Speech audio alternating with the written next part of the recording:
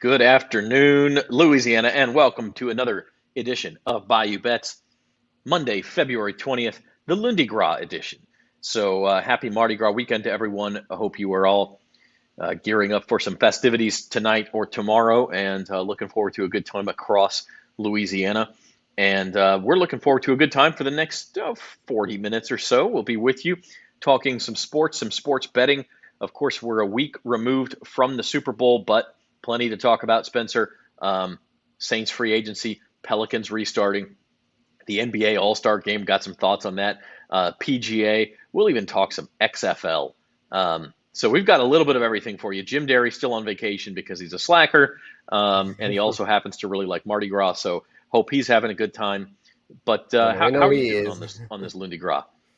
Oh yeah, for sure, Zach. Yeah, doing good, man. Doing good. I've been enjoying some Mardi Gras too. I know Jim. He loves it, and I love it too. I live here in New Orleans. It's been cool to check it out. Checked out the Friday parades. Might go check out some more tonight. Definitely going tomorrow though. Go and check out Zulu and Rex. So looking forward to see how that goes. And in the meantime, still trying to find things to bet on without NFL, which they do have them. They had the Genesis over the weekend, Daytona 500, and LSU hot and heavy with basketball and baseball. So we've still got stuff to talk about. MLB will be starting up soon, and the NBA All-Star Game. My goodness. I know we'll get to that in a little bit, but whew, that was rough.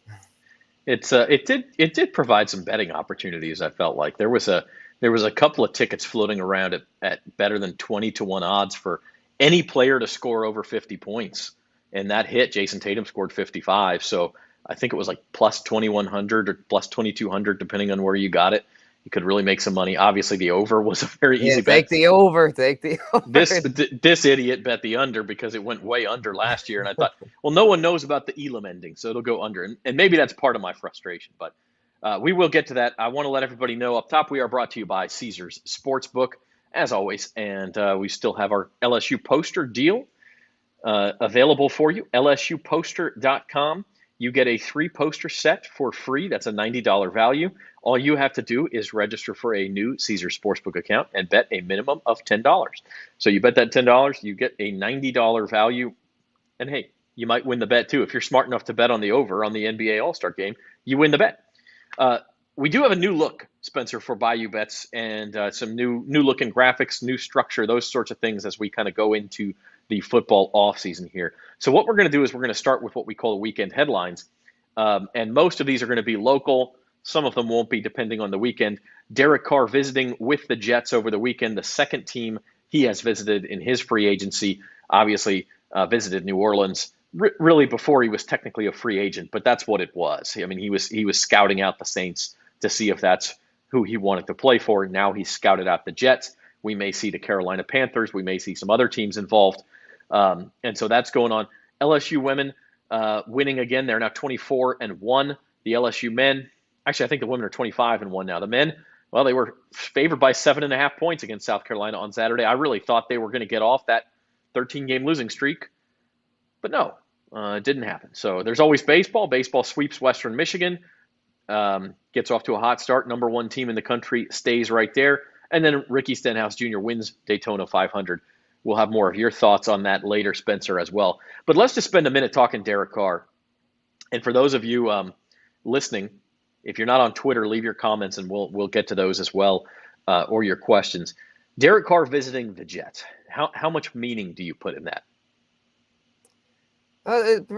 Significant. It's significant that he's meeting with them because they've got the money to acquire him. If they really want Derek Carr, they'll probably get him because they have more cap space than the Saints. So what the Saints are hoping, though, is that when Aaron Rodgers gets out of the darkness, which I think he did the darkness retreat over the weekend, he should be I don't back. know. I couldn't see Any so. day, unless he got lost in there. I don't know if Rodgers though does come back. The reports are saying that the Packers are done with him and that they want Jordan Love and that they're ready to trade him.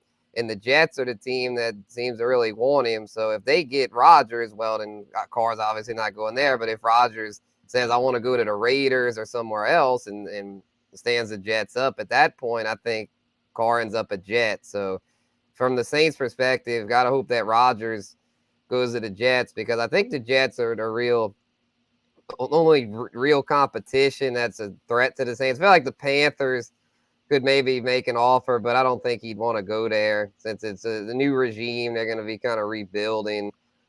And so I think that the Saints are in position to get him because they've got the pieces. It's a team that's built to at least win the South. And like we said last week, if you make the playoffs, you never know what can happen. Yeah, that's right. Pennison says, could care less about Carr, to refurbish is to put new parts on. So I want a Who Dat original. I mean, I think that's fine. I get that. If you That's kind of think what the hit, Panthers are going to yeah, do. I mean, if you hit on They that draft pick, enough older absolutely, pieces. because that's when your window to win in the NFL is when your quarterback is on a team friendly deal, like after the draft. But the issue with that is the Saints' highest pick is number 29. All the sure things are gone by then. And if we're being honest, even Bryce Young and C.J. Stroud, the guys at the top of the draft, are not sure things. Trevor Lawrence took him a couple of years to get going. We're still not 100% sure he's going to be the real deal. Marcus Mariota was taken at the top of the draft, never panned out. I mean, the list goes on and on and on of guys who were taken. Blake Jameis, Bortles was taken at the top of the draft, never panned out. So if you're picking Mitch at 29, Trubisky, yeah, all sorts of guys. Zach Wilson, you Baker could go on Mayfield. forever. But at 29, you're taking a Hendon Hooker coming off of an ACL surgery, and Anthony Richardson, who I think he's probably He'll gone by probably then be as well. gone, yeah. But even he, he's got tremendous ceiling, but I think he's also got a very low floor. So my point is, I don't know that you're going to be drafting a guy at 29 who you're sure about at all can come in and start next year or maybe even the year after.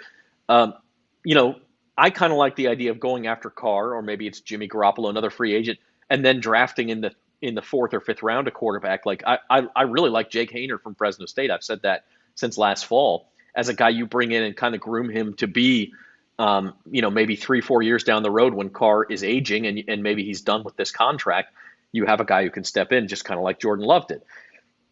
Cryptomeria is here. Are you like a crypto expert? Because I could use some advice. What do I do with what I got left? Saints have a huge place in his heart, so we'll see what happens. I mean, I think if it's money, Spencer, you mentioned the Jets cap. If the Jets go up to $50 million a year, the Saints are not going to match it. You're right. I don't think the Jets are going to do that. I think, if they go to 40 and the Saints refuse to go to 42, that's a mistake on the Saints as far as I'm concerned. I know they've got cap problems, but they've shown the ability to push that stuff down the road. They just restructured Eric McCoy's contract to create a little more space. They can do that kind of thing. So if it comes down to a matter of just a couple $1 million, I think the Saints will be in this thing. Yeah, I would think so. Gosh, it just makes me nervous though, because if you commit that much money to Derek Carr, he's above average, but he's not elite, where you're committing that much money to him, it's going to be tough to build a roster around him. As you mentioned earlier, Zach, when you have a rookie quarterback, it's a lot easier to build around him because they don't make much, making less than $10 million in their first few years. So it's like you can put pieces around him, where if Saints are paying Derek Carr $42 million. I know Mickey Loomis is a master manipulator of the cap, but at some point you're just out of luck. At some point it's a hard cap. You can't. It's not like the NBA where you can go way over and pay a luxury tax. So I get it. I get wanting Carr. I understand that he's definitely an upgrade over what the Saints have had post Drew Brees, but I just don't see it being like a magic wand kind of thing. Yeah, I think they'll be better, but I don't think it's going to be. Yeah, they might win 9 or 10 games and make the playoffs, but I don't see where Derek Carr is going to make them a Super Bowl favorite by not even close. Maybe a playoff team, but not Super Bowl contender.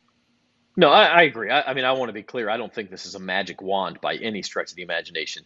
I do think it's the best option if you're trying to compete right now, which the Saints are. So let's move on and get into a few of our topics for the day here. And the first one is going to be the NBA All-Star Game. Last night, Team Giannis beats Team LeBron 184-175. That's not a typo. That was the final score. The total was 324, which, look, here's my story. I bet the All-Star Game last year. I bet the under because I thought people aren't going to realize the Elam ending, which is when you just have a target point total instead of a clock in the fourth quarter. The Elam ending is going to make this game lower scoring. So I thought, okay, I'm going to bet the under, and it cashed pretty easily last year. So I did the same thing this year, thinking they hadn't adjusted enough. Well, what I hadn't adjusted to is the fact that nobody played any defense in this game, and I know it's All-Star Game, nobody plays any defense ever, but it was especially bad last night. I did want to highlight a couple of positive things before I give you your say, though, Spencer. One is that the dunk contest was fantastic. Mac McClung comes up from the G League and saves the dunk contest a week later. That's the best dunk contest since like Tracy McGrady. I mean, it was phenomenal the way he's pushed the envelope, and what it's going to do is make that event, must see TV again, like it was 15 or 20 years ago, and it's kind of gotten stale. Not anymore. I mean, that guy he's doing 540 dunks. He's jumping over two people, one on the other's back. Just like wowing everybody every time he gets the ball. And you got that anticipation like you did when I was a kid for this thing. So love that. And I also love the fact that the Team Giannis versus Team LeBron drafting just an hour before the game. You wanted to tune in for that.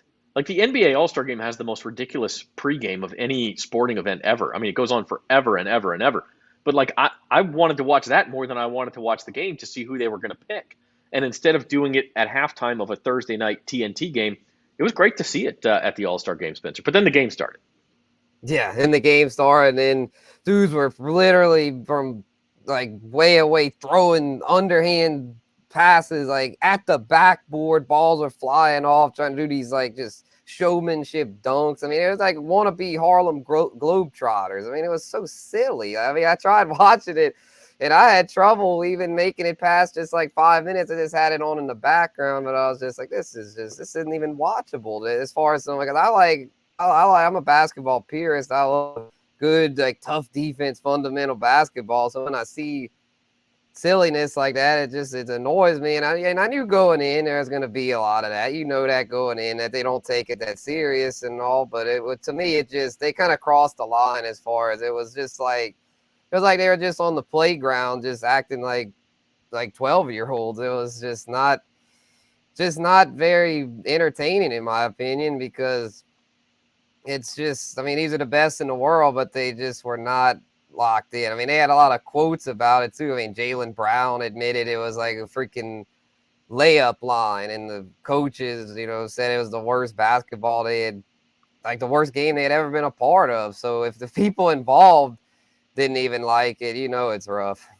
Yeah, I mean, playground games are much more competitive than that. Like, and here's the thing. Yeah, at least they play said defense on the street or on the playground. Yeah. Second quarter, third quarter, you get kind of deep into it, and the game's starting to lag a little bit. Yeah, every All-Star game has that. Let's throw it off the backboard. Let's try some ridiculous alley-oop. Let's do a behind-the-back dribble. Let's, whatever it is. Okay, that's going to happen. My problem with it was 2 minutes into the game, they're doing this stuff. They're like, and then even in the fourth quarter, which the Elam ending is supposed to make it more competitive, they're still doing that crap. Nobody cared. Mm-hmm. So I just think it was kind of a farce. But what I will say is the NBA second half of the season, as we kind of come out of the All-Star game and start thinking back toward the league, Spencer, it's going to be really intriguing as we kind of look at some of these odds.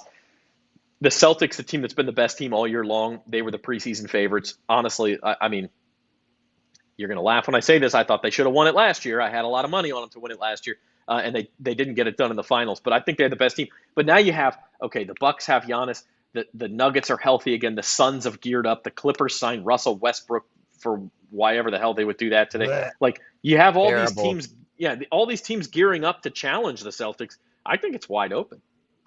Yeah, this is going to be another interesting year for the NBA Finals, I feel like, because there's more parity in the league. Past few years, we've seen more parity.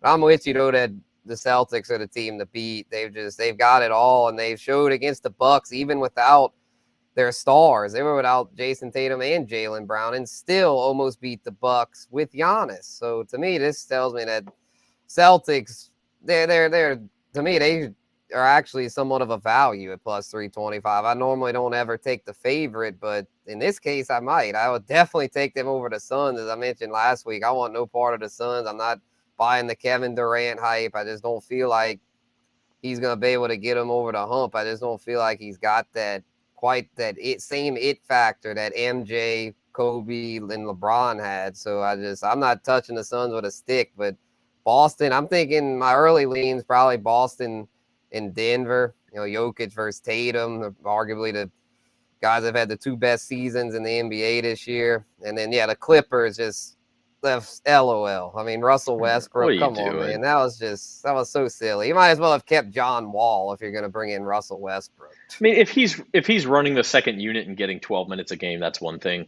But if you're expecting him to be on the court and you're taking the ball out of Kawhi Leonard's hands and out of Paul George's hands, you've just made yourself worse. So I don't know why you would do that. Let me pose it to you this way, Spencer. If the Celtics are clearly the favorite in the Eastern Conference, and I think the Bucks are the clear number 2 in the Eastern Conference, the Western Conference, though, the Suns are the favorite. You said you didn't like them. Okay, the Nuggets are going to probably be the number 1 seed. I think there's value there. Who is their biggest threat in the Western Conference? Is it the new look Mavericks with Kyrie Irving? Is it the Grizzlies? Is it the Clippers, the Warriors? Who do you think gets to those Western Conference finals and or gives the Nuggets their toughest series?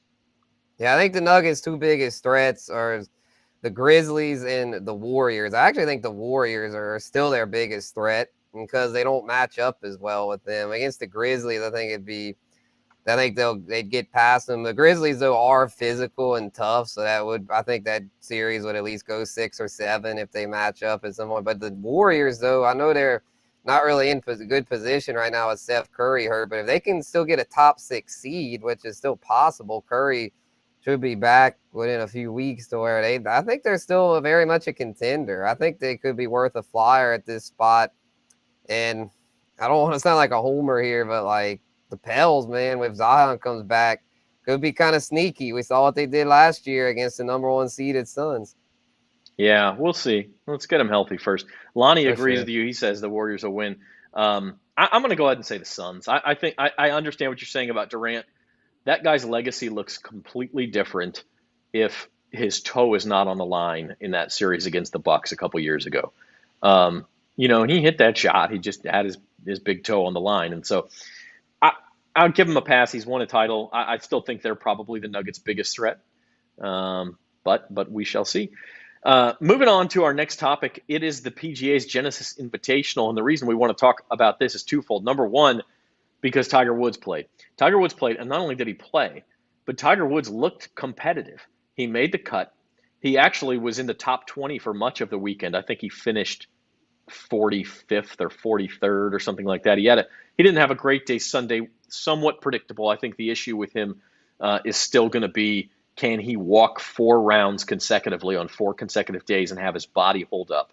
Because he faded a bit on Sunday. But having said that, he had a great day Thursday.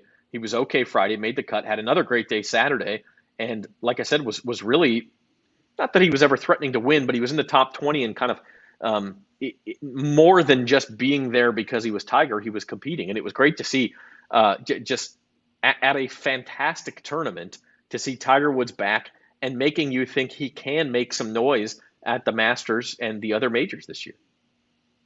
Yeah, for sure.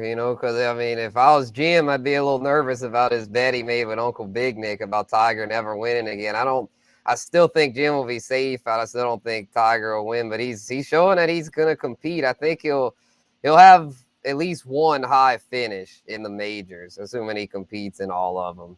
Because I think I don't want to say he's never going to be back to what he used to be, but he's definitely back to being competitive. So yeah, that's great to see. It was also cool to see how the PGA Tour is still looking hella competitive, because it looked like with the Live Golf thing last year that it would kind of affect the PGA Tour. But when I looked at the leaderboard, it was still a lot of the usual suspects up there, and then a lot of the young rising stars, because Live took a lot of the older guys, but like the young rising stars like Will Zalatoris had a great final round. The PGA Tour still got the guys on the rise, as well as enough veterans like Jon Rahm, who's been on a heater, to keep things competitive.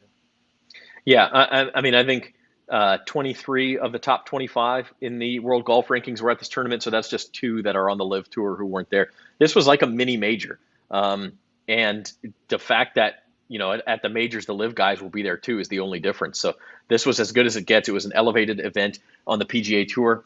And Jon Rahm wins. And that's really the other thing I wanted to hit here is Jon Rahm, 17 under. He briefly lost. He had the lead after 3 rounds, briefly lost it to Max Homa. And I think Cantlay at one point was only 1 shot behind as well. And you mentioned Zalatoris made a charge. Sahith Theegala made a charge on Sunday, excuse me. Colin Morikawa made his charge on Saturday and then faded a bit on Sunday. But it was this crowded leaderboard. Rahm figures it out on the back 9 on Sunday. He wins 17 under. And that leads us to this. This is Jon Rahm this season. And the PGA season technically starts in October. It ends in August, starts in October. He was T4 and T8 in the 2 events he played at the end of last year. And then really when the season gets going is in January. He won the Century Tournament of Champions. That's an elevated event. Then he won the American Express. He was T7 at the Farmers Insurance at Torrey Pines. He was 3rd last week at Phoenix, another elevated event. And then the 3rd elevated event of the year, he wins the Genesis. So, you're talking about a guy in 7 starts, has won 3 times, has been top 10 all 7 times, and has been top 5 times. You don't do that in golf unless your name is Tiger Woods when you were in your 20s. Yeah, he's on a scorching heater right now. There's no denying it. It'll be interesting to see, though, how he does in the majors, because I remember last year Scotty Scheffler got on the super heater there and won the Masters. It looked like he was unstoppable early. And I know Rahm's career resume is a little better than Scotty's, but, he's got to show me he can win these majors before he's comparing him to Tiger. Yeah, and Jon Rahm did win the U.S. Open at Torrey Pines in 2021. So he does have 1 major, but obviously if you're going to start comparing the guy, and I'm not comparing him career-wise to Tiger because he's already 28 years old. He's not ever going to get there, just like no one will ever get there. But could he have a season like one of Tiger's peak seasons? He's certainly on the way. 3 wins by the end of February is pretty good. We'll see him next month at the Players Championship, maybe at the Arnold Palmer, and then we'll see him at the Masters. So it's a lot of fun to watch a guy at the top of his game like that. He's already co-favorite for the Masters. You can bet him at Caesars at 7-1, along with Rory McIlroy. So yeah, it'll be a lot of fun to watch. Yes, indeed. And I'm not even that big into golf, but yeah, it's early. It's been a good start. So yeah, I'm gonna have to tune in more this year. Yeah, he's his best finish at the Masters, 4th place in 2018. So he has not done as well there as Rory has, but he is the co-favorite. So we'll keep an eye on that as we go. Before we get to our next topic, a comment here from Herman. This is a little bit of a too long, didn't read, Herman, but Carr can't get worse than Eddie Dalton. No, I mean, the question with Carr is the money, and you got to make him want you for the right price. And then Alvin Kamara, probably facing a suspension. There's more out there than the quarterback. Absolutely. I mean, but I will say one advantage, if you can win the Derek Carr sweepstakes, is that you then have that full complement of draft picks to work on the other positions. You can go get a running back in the 2nd or 3rd round. You can go get a defensive or offensive lineman with that 1st round pick. And you can really bolster your roster where it needs to be bolstered through the draft. Yeah, for sure. And as far as that 1st round, to me, it's got to be an offensive lineman. The Saints' offensive line, in my opinion, is not in a good spot, especially the interior. I mean, it's like, I know Ruiz is still young, McCoy, they signed an extension, but Andres Pete, to me, has got to go. They've got to revamp that interior, add some depth, and also, to me, a new left guard, because I've just had, Andres Pete's had chance after chance. He's not cutting it. Yeah, and I mean, Trevor Penning was hurt most of last year, showed some flashes in the second half of the year. I think you've got a piece there. But injury questions, aging questions all over that offensive line. So I think they need to bolster it. Need some more pass rushers too. You bet, Herman. Thanks for tuning in. Speaking of football, we're gonna move on here, and I gotta admit I'm not all that excited about this topic, Spencer. But the question at hand was, if you had to choose, would you choose to watch the XFL or the USFL? And related question, would you bet on the XFL or USFL in football, in football's in the NFL offseason? Well, I'm going in. I'll admit I'm going in kind of skeptical. I'm not really feeling either one of these. I'll admit though the XFL had some intriguing names: Josh Gordon, Martavis Bryant, some guys that had talent but just couldn't pass a drug test in the NFL, a little more mature now, doing the XL. So, there's some talent out there, but it's still, they've got to show me, I'm going to try to watch a few games, but they got to show me that these games are worth watching. Because to me, I view something as if I'm not even going to watch it, I don't want to bet on it. I want to have something that's worth watching if I'm going to bet. So to me, I'm staying away for now.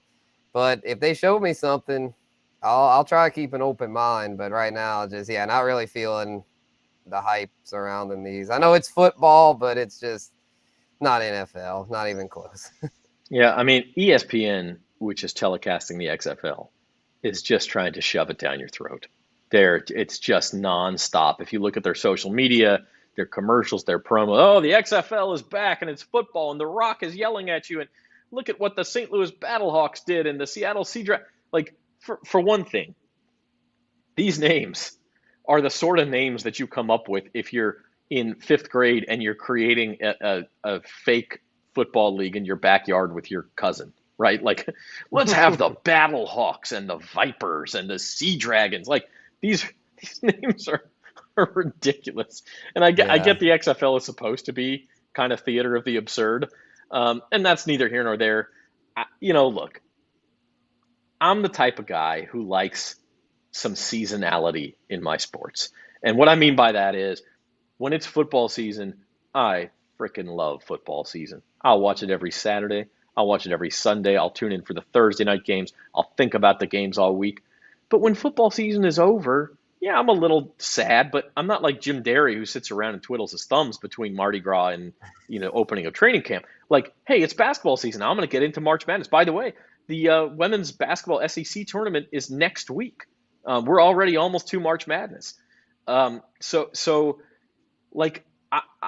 then I'll get into baseball season. I love opening day. It might be my favorite sports day of the entire year. I'll start watching baseball, college baseball. We talked about LSU sweeping Western Michigan. Golf, I'll get into golf. Like, I love the seasonality of sports. And then by the time the NFL rolls back around and college football rolls back around, like, yeah, I'm ready for it. I wish it started in July instead of late August, early September. But like, my whistle is wet. Like, I'm ready, and then I love football that much more.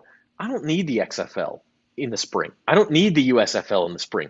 I don't need the St. Louis Battlehawks and the New Orleans Breakers who have never played a single game in New Orleans.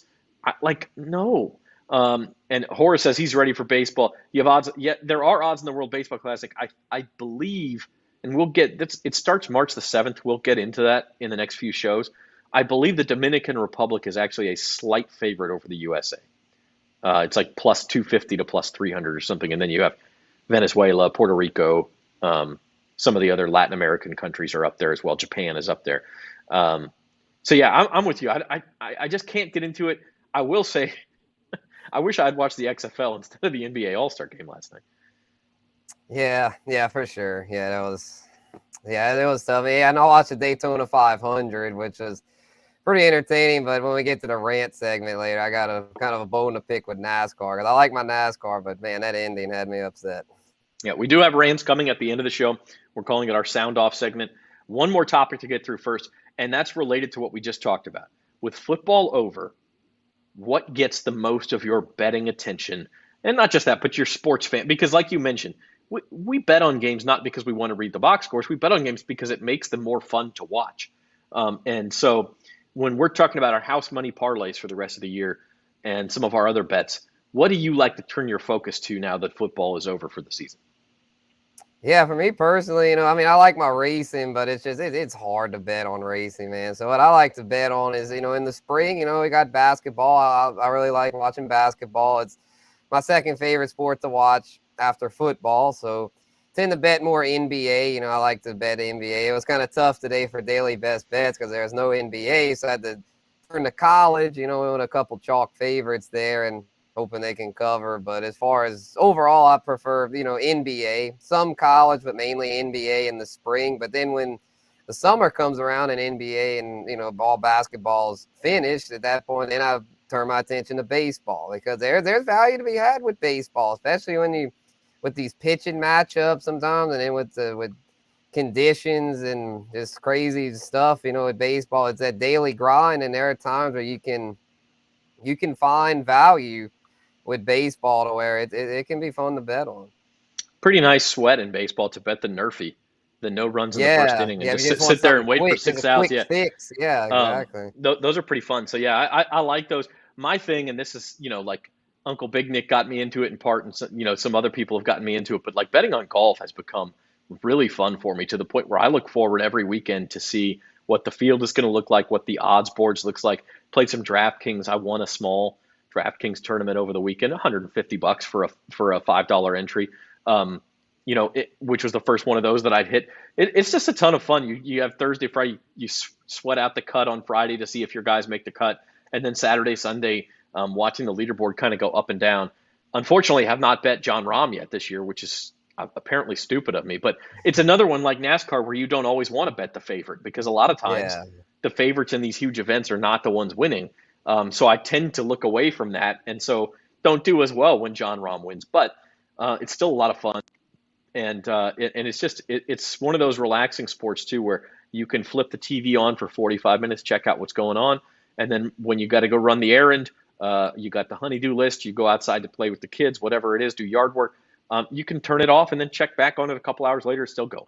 Like I don't sit and watch these things for 6 hours at a time, but it is a lot of fun. So golf is the one for me, and yeah, we got a lot going on though. It's not going to end. No, not at all. We're just getting started with these spring sports, and then have our summer stuff. So it doesn't slow down. There's always something to bet on. There's always, even on days like today with no NBA, there's some college games to watch. If you really want to watch something, they've got it. All right, we're going to end the show with what we call our sound off segment. This is new, and we're each going to get a minute. When Jim comes back, we might have to give him like a minute 20 because we need like Jim inflation for time. But for now, we're just going to say a minute to rant about something. And my rant is going to be on All-Star games, not just the NBA All-Star game. And I'll get into that rant now. Look, the NBA All-Star game, we saw it last night, completely broken. Nobody cared. The players didn't play any defense. They had a couple of showy dunks, which everybody wants to see, but that's not all you want to see. And by the fourth quarter, it was just like a layup line, which I think is what Jaylen Brown called it. Michael Malone, the Nuggets coach, who was coaching Team LeBron, called it the worst basketball game he's ever seen. Jaylen Brown called it a glorified layup line. The NFL's Pro Bowl has always had the same problem. They're playing flag football because they are leaning into how unserious this is. Major League Baseball's All-Star Game, probably the best of the major sports, but even then, you've got the issue of every team gets at least one All-Star. Nobody wants to play the full game, and so when the game's on the line in the ninth inning, you end up with a Nationals reliever facing the Royals' backup second baseman, in a tie game in the ninth inning, and it's not the real All-Stars who are deciding it. So, my question is, how do you fix this? Do you just not have All-Star games? Do you just name All-Stars and then get everybody together for a red carpet thing, do your home run derby and do your dunk contest and then not actually play a game and have everyone just smile and shake hands? Or do you do MLS has a good one. They bring in a Premier League team to play every year, so it's kind of like a league pride thing. But other than that, I don't know what you do, Spencer.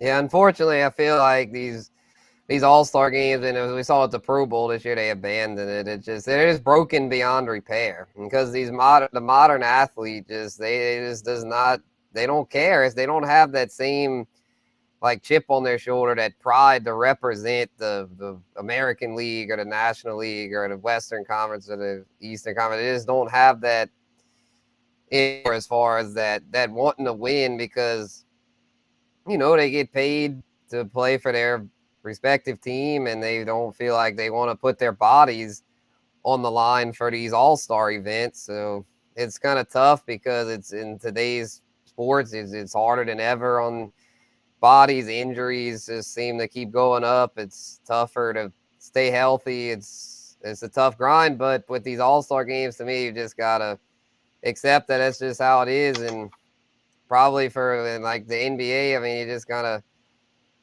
To me, it's silly to even play the game. I mean, you got like the Pro Bowl, like with the dodgeball thing. Like, just have more like fun events, I guess, because it's a baseball. You could probably still keep it, but for the other sports, it's like I don't know Here's what the you thing. can do. And I know Too I far went gone. over a minute, and then I made fun of Jim, and I went over a minute. I think these are actually supposed to be 2 minutes. We may look at that. It's a work in progress.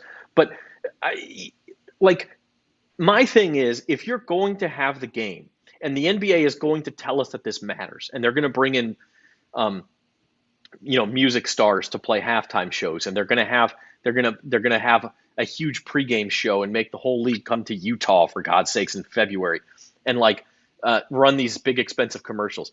Give us a reason to care, because right now there's no reason to care. The games are broken. So that's my rant. Spencer, your sound off is on the NASCAR overtime policy. Right. Yeah. I'm done with NASCAR overtime. It's ridiculous. It seems like especially at these super speedway races like Daytona and Talladega, they do this overtime to prevent races, or supposedly prevent races from ending under caution. But what always seems to end up happening is that they have the caution late, and then they do the overtime, and then it results in an even bigger wreck that usually collects over half the cars, and then as a result, the race still ends under caution because they always say we want a green flag finish. But last night wasn't even close to a green flag finish. They wrecked like on the about, I don't even know if they were halfway through the white flag lap when they wrecked. So it's like it's not like they didn't get the race back to the line. It was just the field was frozen, and so that was the end of the race, which is what we don't want. But to me, it's like, well, it's a 200 lap distance. If it ends under caution, well, then just end it. I mean, because if it's overtime, it's probably still going to end under caution anyway. So if the objective of what you want from this overtime isn't being produced, if it's not producing green flag finishes, then they just need to do away with it. And I'm also slightly salty about Kyle Busch because he would have, not at him for that, but salty with NASCAR because Kyle Busch had the lead. If they would have been the old rules and just thrown the caution and had it end under caution without overtime, he would have won, and he was one of my Fast Five picks. So I knew yeah. there was a bet behind this. I So knew there there was was a a bet bet behind it. it, I'll admit, but I'm still, even with that, I don't feel like I'm being biased. I'm just, as I've seen it over the years with Yeah. NASCAR. It's not worth trying to extend these things out. If it's 200 laps, make it 200 laps and just end it under yellow. Whoever's winning, because it's probably going to end under yellow anyway. And as someone who's a NASCAR casual fan, let's say, like I'm the type of person that NASCAR, if they want to grow, needs to go after. When I tune into the end of a race, I don't get what's going on.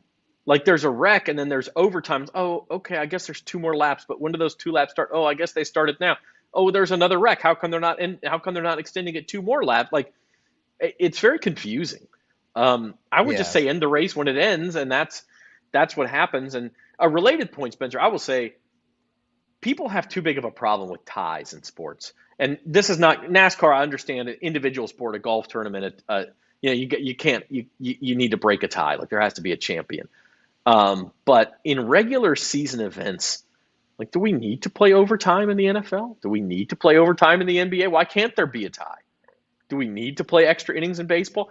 Um, if the teams played even on that day, give them a tie in their record. We used to do it in hockey. You do it in soccer. I know this is going to be an unpopular take, but you didn't play good enough to win. You didn't play poorly enough to lose.